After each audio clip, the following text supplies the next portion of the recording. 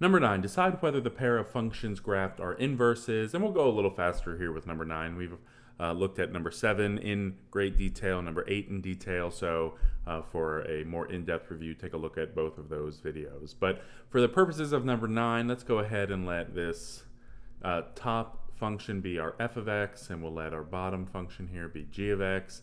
And of course, the dotted line, dashed line in the center here is our y equals x. That's our mirror. Now, if you don't have any problems thinking of y equals x as a mirror, meaning does f of x reflect over the mirror and become g of x, then you may be able to see right away that f and g are inverses. If not, however, let's go ahead and use the method that we've looked at in questions 7 and 8. We're going to choose 2 or 3 points and see 2 or 3 points on the f function and see if we can find the inverse, the flipped points on g of x. So let's start with an easy point. That's the y-intercept on the f function there. And that looks to be, well, we know it's 0, but how about y? 1, 2, 3, 4. All right, so 0, 4 is on the f function. For g of x to be the inverse, we would expect to find 4, 0. And indeed we do. There's 4, 0 on the g of f function.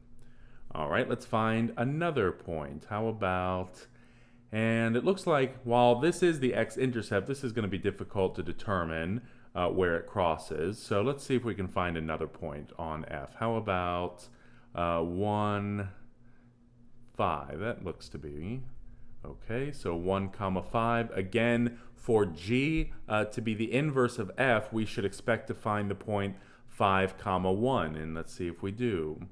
5, 1, yeah, sure thing, right there. 5, 1. Again, we can see that the x on f became the y on g, and the y on f became the x on g. So those 2 points, the x and y coordinates, flipped. And finally, let's see, how about one final one on the f? Looks like 10, negative 10. So how about negative 2, negative 10? There's a point on f. And for g, just to confirm, we should expect to find the point negative 10, negative 2. And sure enough, there it is.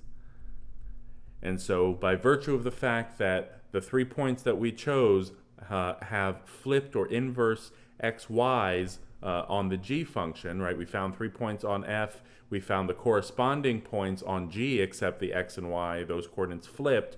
We can say that, yes, f of x and g of x are inverses.